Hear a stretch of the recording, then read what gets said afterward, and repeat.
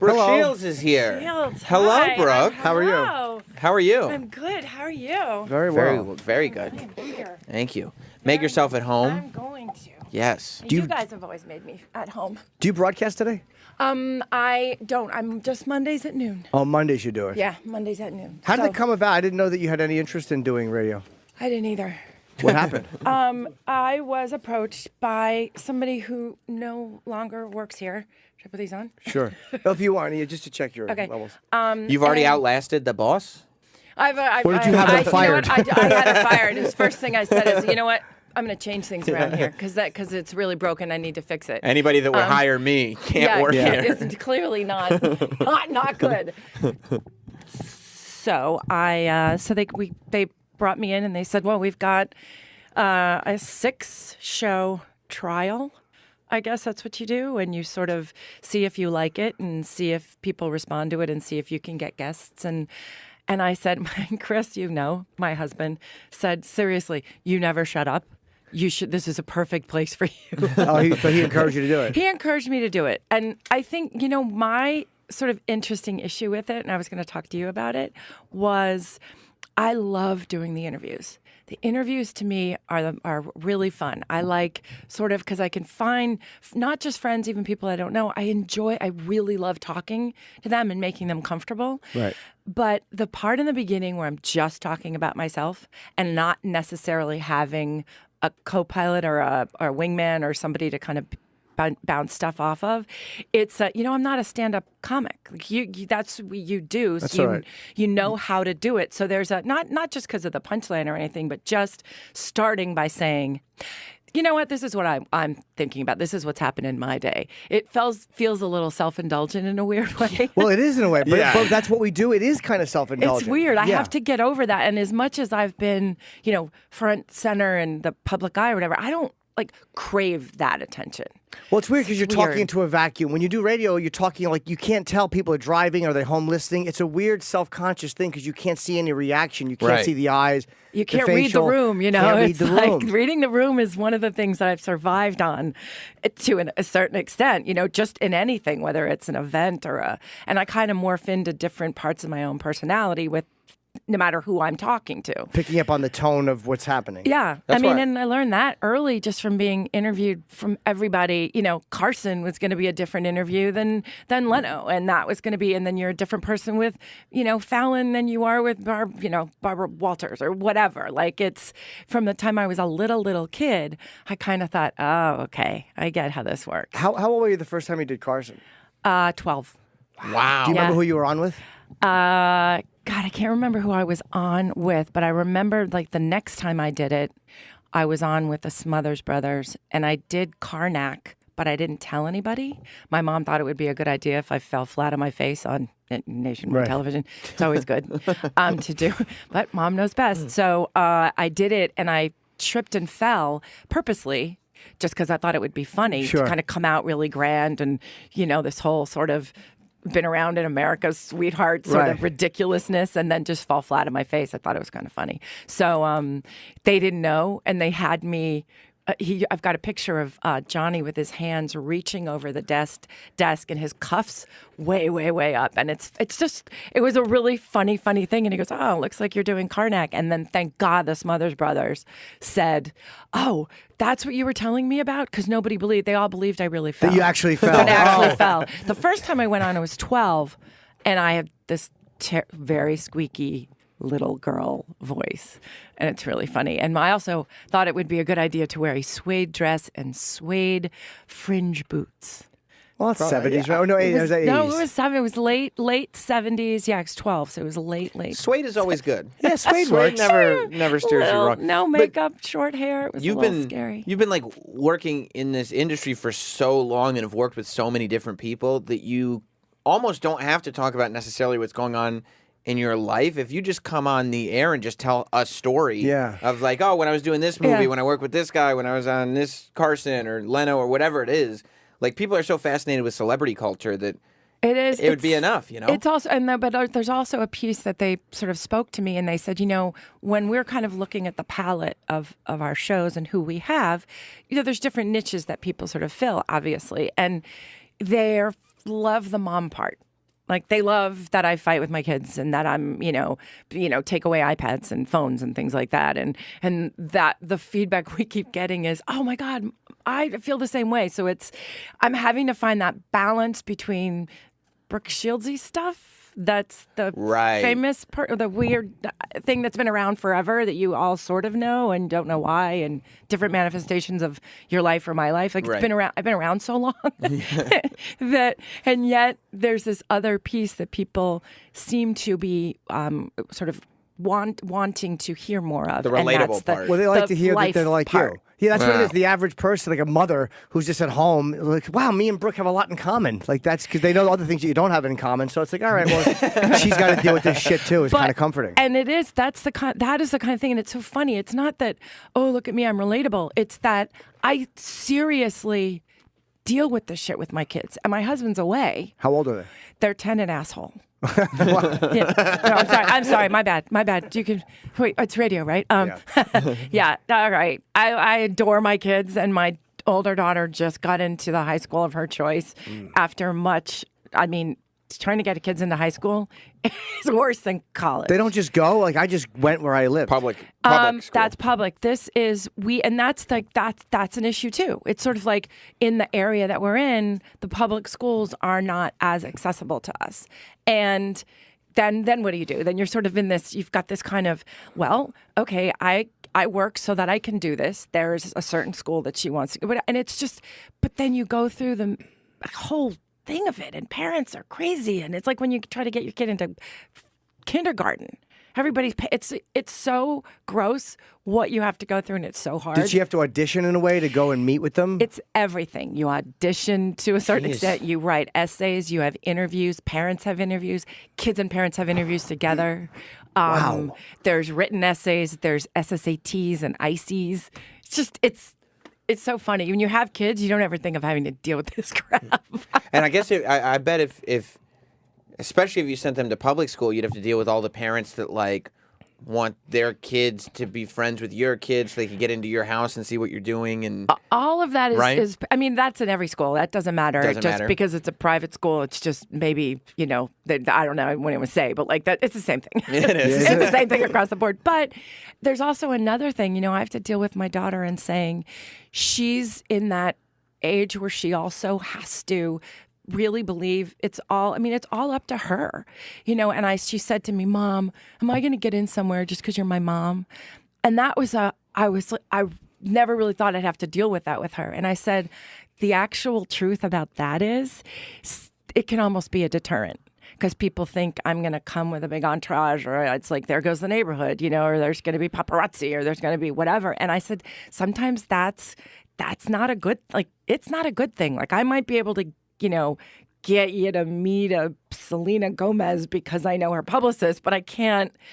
Getting into a high school, you might not really want. She resents me sometimes for being recognizable. So I've had to really fight to just keep it as conventional and quiet.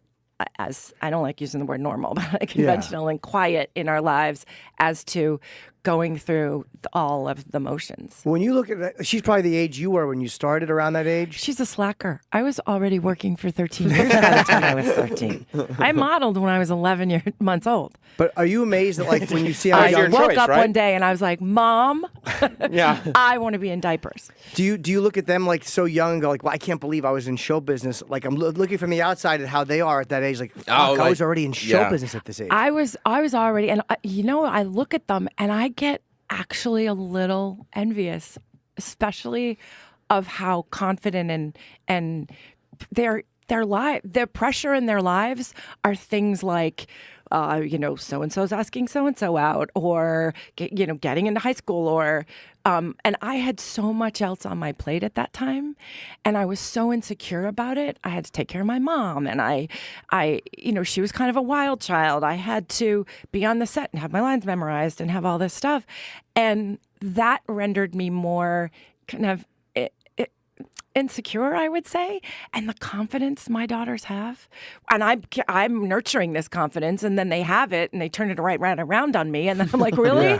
Really? How dare you? Do you resent that they don't provide income? Absolutely. Are you kidding?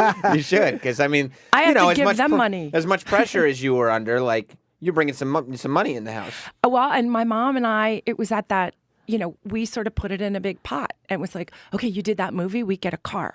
You did that movie, we now get to buy our apartment. So it was like this, everything had with my mother, there was no long-term plan. It was. But you knew what your money was going to. So meaning that like you knew that like you weren't just going to do a movie. You knew that the household needed the money that was associated with that movie. When you're 14, you don't give a shit. You want the money. You kind of want the stuff. Yeah. It was stuff-based. It wasn't really about supporting. It was just sort of, we got to go on that vacation. And, it was a big deal to go on a vacation. Like my vacations as a little kid were going across the bridge to Jersey to go to the Holiday Inn where they had an indoor pool. And that was like heaven to me. And then all of a sudden, a couple movies later, my mom's like, so do you want to go to Greece? And you're just like, oh, Is that in Jersey? It's in Jersey. You talk about your self-image. This is interesting. I knew this and didn't remember, but you talked about when you were 22 and you lost your virginity to Dean Cain. Superman. Who since reading this is my new idol. But you said it would have occurred earlier if you had better self-image. What do you I think that, so in my case with regards to that was another tidbit that my mother decided I should put in a book, because there's no ramifications of putting in a book that you're a virgin. That'll never come back to haunt you at all. The thing about books is they don't last. Yeah, they don't last. People don't read. No. So I was so disconnected from that piece of myself. And yet I was confused, because on the one hand, I was sort of America's sweetheart, virgin forever. And that was my responsibility as like a Catholic and as America's sweetheart. And then you've got the real just version of me, and not really knowing how to reconcile that.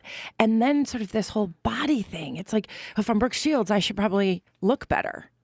That there's that weird kind of, he was we were together forever, and he was the most patient human I've probably ever met. How long did you date him before it happened? 2 years. That's patience. That's patience. That's Brooke Shields' patience. Anyone else got 3 days with Dean Cain?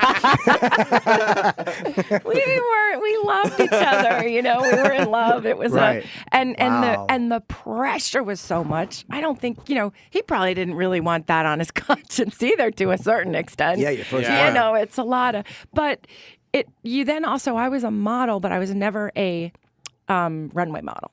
I was only I would do the covers of magazines. The girls would get the clothes in the day. They would do the runway, and then I would photograph them at night, photographed in them at night from 5 to 5 a.m. So I was never considered had the right body, because I wasn't skinny enough. I was always the athletic one. And so the clothes didn't just hang, and then we just photographed them a different way, or I was on the cover, so it was like sort of the neck up. So there was this whole part of me that I always thought, I don't have a good body. That must be it, because they don't want me for runway. I'm just pretty. So you had images about your body because they would have wanted you for runway if your body was good enough. Right. If I was good enough, so there's all these crazy things that just get put into your head as a kid, and they stay there and they grow a life, and so not realizing the fact that you're a model at all and a movie star and all this stuff puts you at like the top of the list. And it's so hard to believe. And it's not, it's not like this, oh, look how humble I am. It's just in later years and being in a relationship that has, I've been married to Chris for 15 years. We've been together 19. And it takes that kind of person in your life to kind of help you kind of come into your own that way. And I think it's just hard that I don't think I'd survive now in this with social media. Because there's so much more. Mm-hmm. There's so much more access. And you now have the ability, which you should not have the ability, to see not just what's like published in a magazine, but what people, like just an average person. What every person thinks. Is just saying. Right, exactly. Yeah. And then also, I had one image of being the virgin, pure America's sweetheart one. And then I had all the controversy with being like a sex symbol. So how do you reconcile that as a kid. You know, it's very confusing. And it's sort of, well, this was the image we put out now. And then my mom sort of said, oh, well, your fans, you've got a fan base that's really young. We need to speak to them. Right. So I'm all over the place. And were they thinking, like, here's what we're going to do. This will be much less confusing. You should start hanging out with Michael Jackson. Yeah, And that's good. And a that'll monkey. just bring you right back The down and to a monkey. Bubbles. Yeah. You add bubbles to that, and it's all really normal. Were you guys supposed to be dating? Is that what it was? You know what? Listen, we knew each other. I met him when I was 13, and I was like the person that he would call because these other famous people would sort of really like prey on him and want to be like, I'm going to sleep with him because that's going to be a thing. And we were kids together. I think that there was an Arrested Development to a certain extent with him in that way, but we acted like little kids together. And I don't think either one of us in our lives really had the environment to do that safely. Did you remain friends throughout? Throughout. He was the first person to call me when my dad got sick.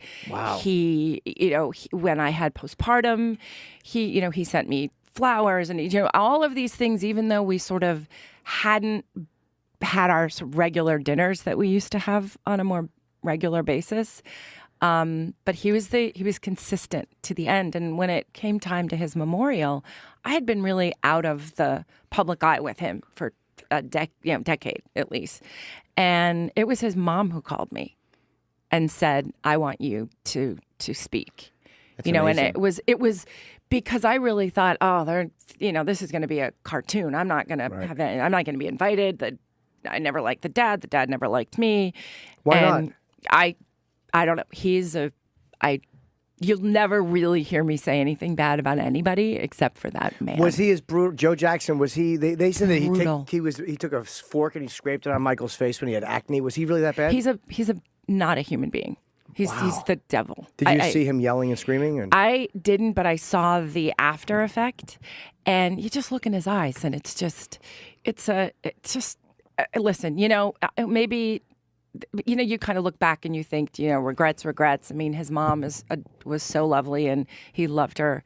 And you don't know, maybe certain things, people in people's lives will make them who they are. I don't know. I mean, I don't like looking at regrets, but I do feel like it was unnecessary, unkind.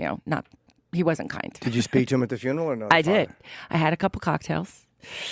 And went to the part after where everybody met, and I'd already done my speech, so I wasn't nervous anymore. And I sort of downed some whiskey, and I went over to him. I don't know what possessed me. I went over to him and I said, "You know what? You never liked me. You never even pretended to like me. I never liked you. You always were mean." And I said, "You know what? You know what I'm going to tell you? I was going to tell you, thank you." And he was like, why are you like that, Brooke? What are you doing? And I said, no. I'm going to thank you for your son. I said, because your son changed the world and was my friend.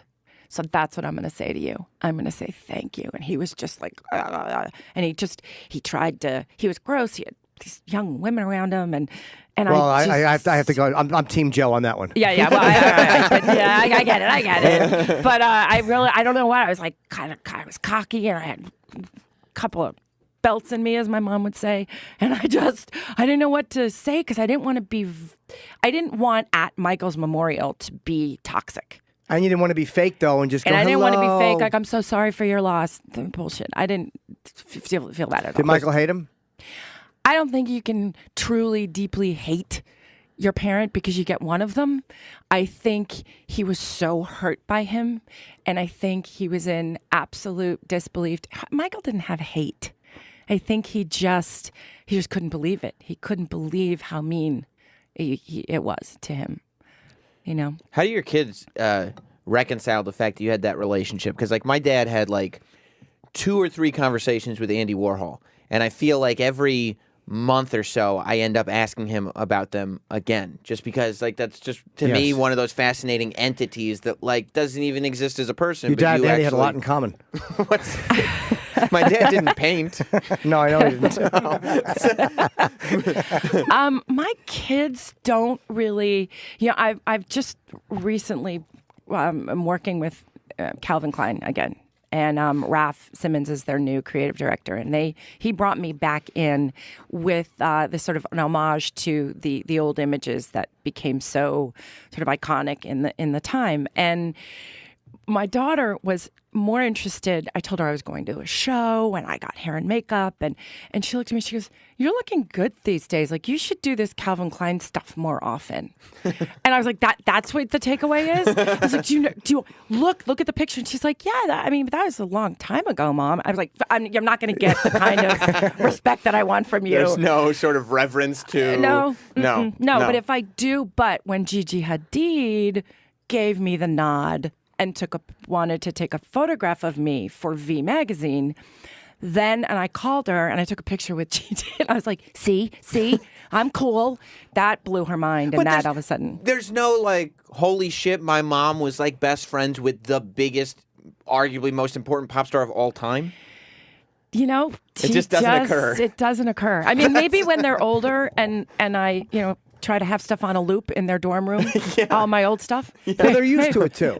Plus, they grew up with it. They grew up seeing pictures of you and Michael in the house, so it's not surprise. It's like they're just one of Mom's friends. Plus, it's not the world that I lived in the 80s really doesn't. It only kind of comes in a retro kind of a way, when I go to the New York Academy of Art, right, where I'm on the board, and that was partially started by Warhol. So the fact that I have Andy signing an interview magazine of Deborah Harry because he knew what a fan I was of hers. Like, there's that stuff, but it doesn't. I don't live it on a daily basis, and I'm not bringing them front row to the Grammys or anything like that. So it's a very compartmentalized life, oddly. Was there a point where you said front row of the Grammy? Was there a point where you're doing all this stuff, you're Brooke Shields, you can have access to anywhere? Was there a point where it slowed down and you're like, oh, I can't get into that at this point now? Was there a moment where you were like, oh, wait a minute, I'm not,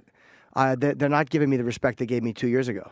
Or did you never have that moment? The word respect is probably a whole other show, because I don't know if that's the right word, but or the access, the props or the whatever. Yeah. Not even props. No. Right after I graduated from college, so I went away 4 years, and I came out, and they were sort of like, "Yeah, no, there's a whole other crop of people, and you're like 20 pounds heavier, and you kind of..." I was like, "But I'm smart. I'm educated. Right. I'm educated. Now I'm an educated actress. Isn't that what we all want?" And they were like, "No. Yeah. No, thank you." And then it became, talk about pressure of money. So then we had this sort of empire. We had a house in New Jersey, we had a house in New York, and we had a house in Montana, and my mom would buy these houses because we were going to all go live like Bruce Weber in Montana and have Thanksgiving dinners, and we lived these fantasies. We never moved into any of the houses. So I had to pay, but I had to pay these things off. And then, my mom's going, "Okay, we're going to do a Nescafe commercial in Paris, but it's for an Italian company, but we're going to do it in Paris, but you're going to do it in English, and then they're going to subtitle you and W." And it was like, what happened to my career? Like, I worked with Zeffirelli and Louis Malle, and now I'm doing like Nescafe commercials in Paris, and she's getting drunk, and I'm a weird version of Brooke Shields. Like, it was such a dark, 10 years. Your mom was getting drunk. Since the day I was born. But, you know what I mean? It was this, I sort of looked at my life thinking, this doesn't feel at all the same. Plus, I'm not being able to be creative. At least prior, it was a spectacle, but I got to be creative. In the commercials for Calvin Klein, I got to act different characters. I got to memorize lines. In the movies that I made prior to college, I had a talent that was being nurtured. And it sounds, too, like instead of what you said before, where the first run was about getting cool things and vacations and stuff, now it's like, I need the work. I need the work, and I didn't realize how much I needed it creatively. And I got really dark after college, and I sort of went into that. I'm going to take acting classes, and I'm going to be miserable, and I'm going to write. And I did that sort of version of angst. And that didn't even help, because then I would still be Brooke Shields, and they would say, "Well, you're too famous. We don't want you to audition for this because we want to find unknowns." So then I didn't have the coolness of being that name. I didn't have the history of being recently in films that did really well. There was another crop of people. Education had nothing to do with it. And so I was really sort of relegated to things that just my mom would say, well, work generates work, and we just have to keep your name out there. And, it became a money thing. Sorry, bro. Who was the main one that you felt replaced you, like the new crop? Who was the name that they're like, oh, no, we have so-and-so and not Brooke? There wasn't just one person. It was it became then, Jodie went to college, I went to college, like Phoebe Cates went to college. There were some like actresses, but it just that the child star just had sort of gone away. Now they were finding new people, and they weren't designating a new person to the same extent, Or I did this movie called Freeway with Reese Witherspoon, and I was sort of brought in as the name, the sort of the whatever that was. And she was like the kid that was becoming, just starting in the business.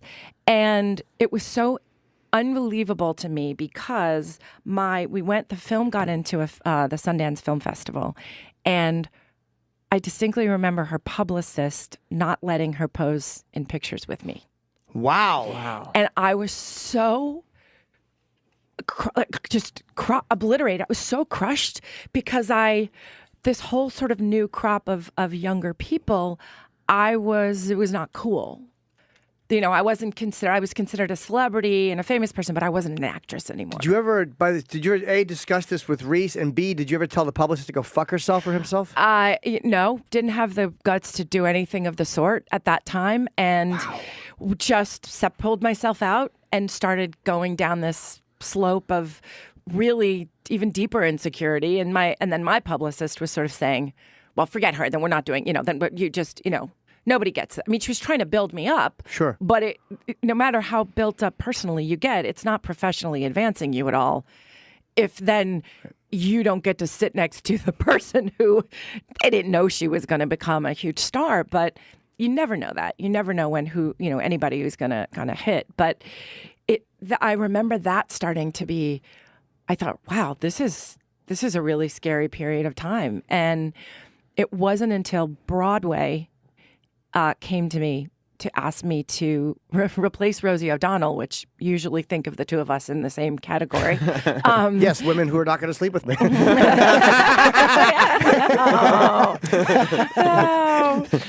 I got Various nothing. I got reasons. nothing there, right? Nothing. Because it's true, but go on. He speaks the truth. Yeah, Rosie we've established a long time ago.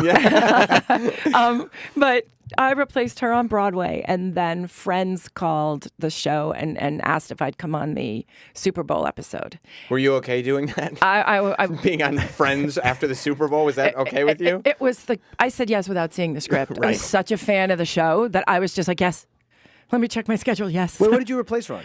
I didn't replace anybody. I was in the Grease was for Rosie and I. Rosie originated Grease on Broadway. Okay. She was Rizzo, and then I went in and played Rizzo. Okay.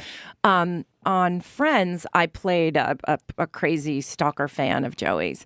Which was the biggest show in the world at the time. The biggest show in the world, and Thursday night it was. And as I was on that show, and I was allowed to do what I wanted. They tried to not let me do certain comedic things that I wanted to do. I had to take their direction. And then we always do a second pass in sitcoms and in that multicam. And one of the creators of the show screamed across the stage and said, "Shields, put it back in." And I got to put something back in that they had taken out in rehearsal because they said, if I act too crazy, it won't be believable. I'm like, okay, we're doing Friends. And she let me put it back in. And it was one of those moments that I'll never forget because it changed the trajectory of my career. What was the moment?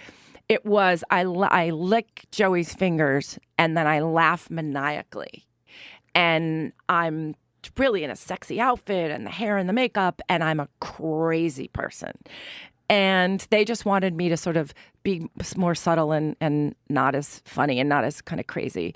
And they put it back in. And by the end of the evening, all the executives had come down to the stage and began talking. And the next day they asked me if I wanted to ever have my own show. Wow, And so that stuff moment, doesn't happen Suddenly anymore. Susan- And then suddenly Wow. Susan, they found that weird Suddenly moment Susan. that where the That's- director yells I that. thought there was a person in the studio here who I thought a mouth was agape with like, wow, that's how it happened. He was yawning. No. He literally was just. He Sorry, was like, D-bag. Oh, D-bag's young. D-bag, He's going, yeah, what's a God, sitcom? really? right? I don't Yeah. know. Yeah. Big I deal. hold my breath when I hold Yeah. I don't know. D-bag, he just yawns when. Sorry. Yeah. Go No, ahead. no, no. He should be apologizing. He's not got, you. he's got his Seinfeld shirt on. He's like, well, it wasn't Seinfeld. Yeah, I know. Yeah. I was never on Seinfeld, though. Sorry. Isn't it weird though that that's what does it, and that's what I think. I mean, you hear more stories about that than anything else. It's these weird little, seemingly mundane moments that you can never plan for, that just have to happen at the right Yeah. moment with the right people around seeing, and all of a sudden, this thing that you didn't wake up in the morning thinking I'm going to do that becomes this piece that is the trajectory to whatever your next step is. And I think that it's that piece that you have to keep remembering, because it's being open almost all the time to a certain extent with what's going to, because I always said, oh, I don't have a plan. I don't have a plan. I need a plan. I need Yeah. a plan. And it's also, I never experienced nepotism like that. I didn't know the director, and then that person gave this to me. And so I sort of grew up with just work generates work. You just got to keep saying yes to it, which is also not always the best thing to do. I think you have to learn to be a little bit pickier. But in this time and case, there was something else at play, and the timing was right. I don't know if that happens anymore. I don't know if it's, the Lana Turner at the soda fountain kind of thing. Right, She right. gets discovered by whoever. I needed to be discovered again, but I was already ridiculously famous. So that was the hard piece. But no one had ever seen me be funny. Right. And so I was like, oh, you can look that way and be funny. Brooke Shields is funny. Like, that became the thing. Yeah. Remember Patrice used to say, the next thing is Brooke Shields is mean? Yeah, he was wanted like- to do a he show and wanted said to Brooke do a Shields is show. mean. And I was like, write it, Patrice. I will do the show. That's what he wanted the show to be called. He loved Brooke. We did that film together, and Furry Vengeance, right? yeah, and it wasn't. It was. we had fun. Yeah, it was fun. I liked it. And but It he- wasn't that catalyst moment for Jim that he thought it might be. No, That it for wasn't either his, one of us. his friend's moment. Who's this But Jim? he was They said, sweet. yeah, we need a construction worker who talks around talking animals. If that ever comes up again, I'll be there. But Patrice genuinely liked Brooke a lot, and it said Which, he by was- the way, I mean, and people know that's not a statement that you can just make in passing. Like that- Patrice liked very few people, yeah, Really, and I didn't. especially women. yeah, especially and I didn't yeah. like go in and say, this is a guy I'm gonna get him on my side. It happened, and then we kind of went with it. But it was genuine from both of us, and it was Yeah. a very unlikely friendship. Yeah, yeah, and he wanted to do a show called Brooke Shields is Mean, because she would just say weird shit to people and funny shit to people. what? Like she comment. There's a picture of us where I'm facing one way and she's facing like E.T. mocking my posture. But you had said that to me, Jen. What did you say to me at first? At first, I was like, that's amazing. You are like, nobody really knows what a good actor you are. Is that true? Like, I know you're a comic and all this, but you're a really good actor. Like, that choice that you made for that character is amazing. He's like, I had scoliosis as a kid. I was like, and Patrice was like, you're so mean. The way I was standing, Oh, she you thought it was like a character choice. A construction worker that had worked and his back was I bad was like, and yeah, he's hunched that's really over. like he's physicalizing it. And then I told you that when you said we're talking about Nancy Reagan and being skinny, and I said her head was too big for her body, and you were like, you seriously just said that? And Patrice was like, I'm telling you, this girl is mean. I was like, I'm not mean. I say stuff before I think about it. It was great. Yeah, he loved that about you. It was really genuine. It was really fun. I didn't have scoliosis. I think I was just trying to. Oh, I know. But that cover was, up my you un- had a my- better comeback, clearly, because you're a comic. My uncomfortable humiliation of being slumped over in front of the most famous model alive. And I was giving him all these props. And then when we had to learn that dance, and I had to teach it to Patrice, and he You had looked to at me and teach goes, Patrice how to dance? he goes, there's something really wrong with this. I was like, hey, I don't know what to tell you. You're not doing the step right, and you got to do it right, because we all have to do it on camera. And he was sort of like, all right, so what is this? And it was a really kind of weird, funny, funky, rappy. Insane in the Membrane, I think was the Insane song. in the Membrane. But that he would even do it. I posted video of it was a rehearsal. It was not in the that actual, little room up at the top of the room. Yes, where the guy was trying to show us, and Patrice was so bad at it and on purpose and too cool to do it. He was so mad. But it's like, you're going to do it, stupid. You're here. You're going to do it. Right, you're not going home. No, you're not But leaving. when he saw me really, really rehearse it, I think he sort of said, okay, then I don't know, like he saw me work really hard at it and I wasn't making fun of it. And I even said to him, I go, don't make fun of it. It just makes you an asshole. I was like, you're doing the movie. Like, don't be the jerk that then is like, I'm not going to do this or I'm staying in my dressing room. Like it was dumb. It was kind of crazy and dumb. Who was the guy that played the kid? Oh, the kid, Josh. Let me see his face. Do you remember him? Trying to remember. His name is Josh. Is he still acting or? I know he was doing some things, but I don't know if I can't remember. He then started dating the girl that played my daughter in Lipstick Jungle. That's what I remember. Wow. I don't know what that I've never means. dated a famous person. I think I should. I think you should too. If you have any friends. I will. I'm going to comb What level my of fame? my Rolodex. Yeah. I know this guy, Jim Norton. What level of fame do you think? Any level what of fame level? would be fine. I mean, I'm not looking Like for Snooki? Do you have a type? type.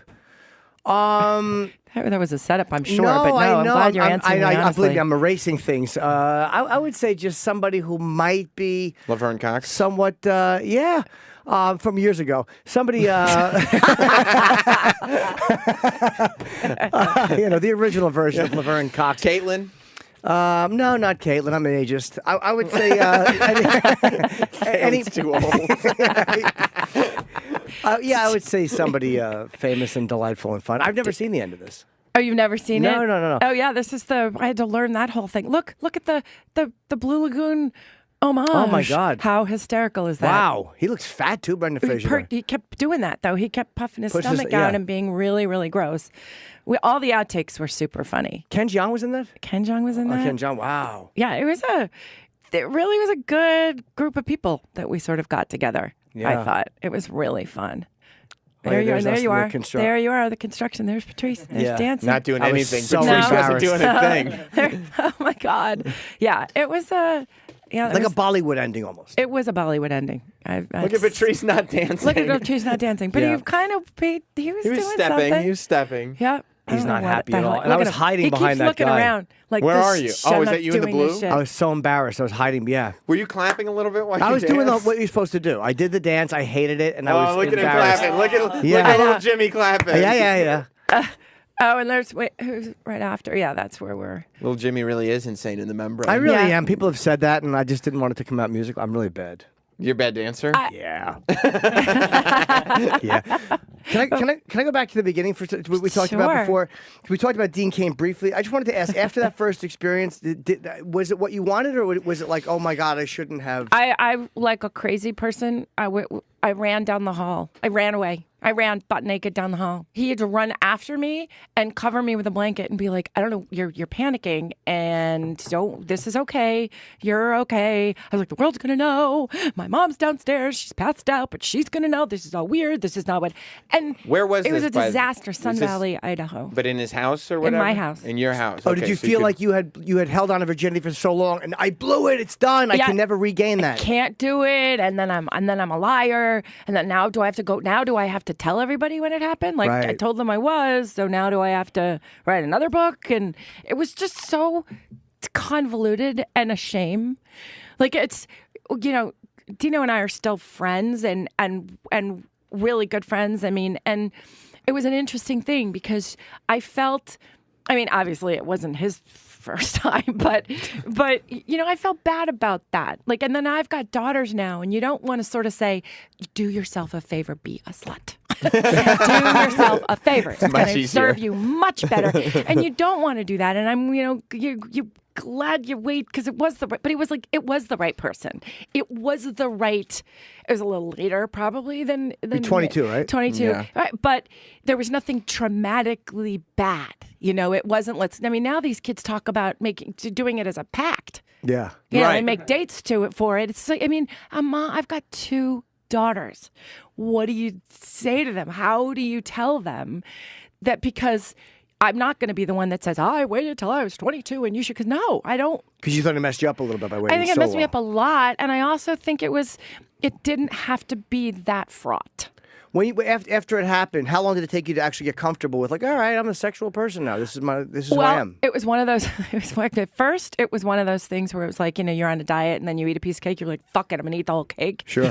In a weird way. Yeah. I was like, well, I'm already damaged goods. Like, I mean, you get Catholic on this and a whole country.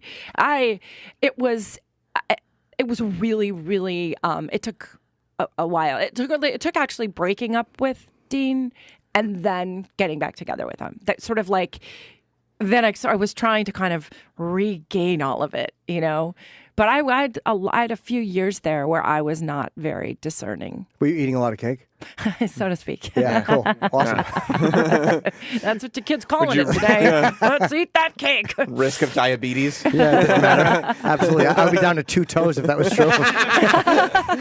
That's why those Jonas brothers were so smart. They were wearing purity rings, and then one day, no more rings. Done. You don't need to explain it. You don't need to write tell a book. anybody about it. Just no rings. No rings. Guess what happened? Guess what? And did you? And again, there was an article in the Times where your mom was pregnant. Did the boyfriend of your mom, who's your dad, Right. really offer your mom and want her to terminate the pregnancy and offer her money? Yeah, I wrote about it in my book. My grandfather sat my mom down and kind of slid an envelope, across the table, and because my dad was on the social register, like in the Blue Book or whatever it is in New York, that you're on a social something, and I got taken off the social register after Pretty Baby because I was in controversial movies, so I wasn't good for the community. Right. Oh. And I thought it was kind of cool to get taken off the social register. It was like that was as edgy as I ever been. But yeah, they didn't want him to marry a woman from Newark, and they didn't want him to have a kid out of wedlock. And How much did he offer her? Do you know? I don't know, but she bought a table. Oh, she took the money? She took it, yeah. Oh, good for her. She's like, I go, Mom, what'd you do? She's like, I'm not an idiot. She said, I took the money, Brooke, and I went and bought a table. That's great. That table is a coffee table that was given to my godmother. My godmother gave it away to another person. I tried to get it back over the years. My book came out. This woman found me and gave me the table back. I own the table that I owe my life to. That's That's amazing. amazing. It's like, Wow. Should have given birth on the table. I know, that would have been eBay. I love Mom. She bought the table and kicked her pregnant feet up on it. Good for her. Yeah. That's great. Yeah. My mom was like, I don't think you got to meet her, but she would have, like, Patrice would have loved my mom, and go figure. And you would have loved her. Like, she had balls. Like, she was. When did she die?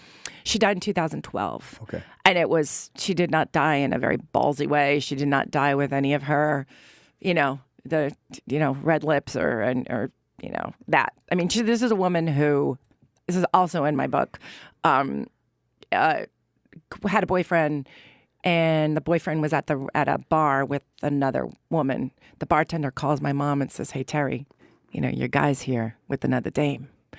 And she's like, "Really? Thank you." She gets dressed with her coat and her high heels. A coat that he had given her for a coat, just the coat and the high heels. That's it. She goes to the restaurant, walks to their table, stands in front of the woman, looks right at the woman, and says to the guy, his name, "Honey, do you like my fur coat?" She opens it up, butt naked underneath, turns around, and walks back out. That was the way she told him she knew he was cheating on her. And that's a woman who just flashed this other woman and then walks out of and then, maybe she cried for the rest of the night and on the street and she got her hammered, moment. but she got her moment. Like, But she ruined that dinner. She ruined that dinner. She was like she blew up things. Like, that's what my mom Scorched did. earth She would policy. just go, yeah, she'd just torch it. And How do you feel about your dad's family? I'm on my way there, and after this interview to spend the weekend bringing my kids to see my stepmom. My dad died 6 weeks before 3 weeks actually. Wow, before my first daughter was born. And we've all rallied around my stepmom. I've got half sisters. My stepsister lives with me. So we've just kind of maintained that. I mean, the irony is I was the black sheep. Like, I didn't have the right clothes. My dad would buy me a Lacoste shirt. My mom would painstakingly take off the friggin' little alligator, which is not easy to do. So I was the kid that would go to the club, but that had holes in the shirt because my mom didn't want me to wear the status symbol. It was all really confusing and weird. But we have Christmas dinner at my house every year. My 3 half-sisters and my stepmom, they've all sort of rallied around, and she allowed her firstborn daughter, my stepsister, to travel everywhere with my mother and me, which was very unconventional. But the in grandfather, 1970. your dad's dad, who offered that money, what kind of relationship did you have with him? He died when I was very young. I was like 3. Oh, okay. So I never know. And you know what? The irony in that is he was from Brooklyn. He was the wrong side of the tracks. Like, he was a bad boy tennis player that just married wealthy women. Like, he married all these unbelievable socialite women. And then here he is trying to say to my mom, like, you know, we get this. Like, you and I, we speak the same language. So can you get lost, please? And let's get rid of the, you know, he can date you for a little while, but you can't have a baby. Isn't that amazing? And he never saw what you became. Like, it's like funny. Like, 3 years old, he dies, and he has no idea like where you are in your life. And he was the #1 tennis player in the world.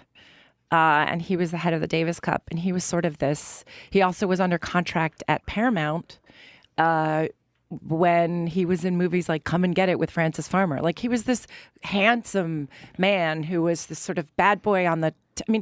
Defaulted at the French Open because he woke up on some beautiful woman's yacht in the middle of the French Riviera. Like, he was lived like life. he was McEnroe before McEnroe. He was McEnroe before McEnroe. But he was like even more self-destructive, like this man. Did he ruin his tennis career? No, he kept getting all the trophies. He was head of, #1 in the world and Davis Cup, and then he was sort of a movie star. So nothing got ruined because he just went to the next thing and then, then died. Sounds like you got a lot to talk about on your radio show. I guess so. Well, that's why you do the radio show. But it's the question and answer thing that I love. People ask me questions, then I can run with it. But it's sort of, did I tell you about my grandfather? Nobody's like, nobody asked you, Brooke. You're like, yes. Jim did. Sam asked me. Yeah, they asked me. Yeah. But it's also fun to talk to people. Like, when you interview people, and we've learned this over the years, the one thing you hate is somebody who won't give information. Yeah. Like that. Like, so if I'm asked questions, I try to answer everything. Because when people are like, well, I don't really want this, like, don't you understand that's a part of, so. It's the point. Yeah. Well, it's like, it's like Patrice not wanting to dance. It's like, then don't say yes to the interview. Yeah. I do think, you can't, I was talking to Andy Cohen because he came on and I said, at what point is access too much? Like, at what point do you, I'm able to draw the line with not bringing my children into certain things. Sure. They all want my kids on and they want my kids in shows and and that's my version of keeping my private life as private. Right. But as far as things that are just concerning me, I'm not afraid to be honest because it's the truth. Right, and there's nothing to lose by it. There's nothing to lose, and then nobody can.